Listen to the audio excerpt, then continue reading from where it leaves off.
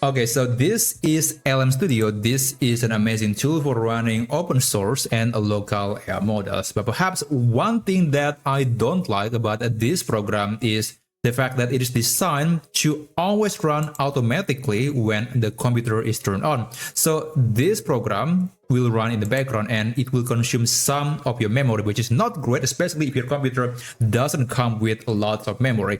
And interestingly enough, if you navigate to settings right here, you won't see any mention about startup settings or anything like that, which is kind of strange because usually any program that runs in the background will have the option to disable the background process or perhaps disable the startup option. But here in LM Studio, there is no mention, there's no similar or familiar keyword about startup settings. So is there any way to stop LM Studio from running in the background when you are turning on your computer?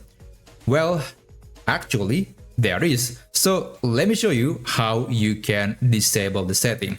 First, of course, you have to open LM Studio and navigate to App Settings right here. And then go to Developer. Let's scroll down a bit and disable a menu called Local LM Service. Just uncheck the option.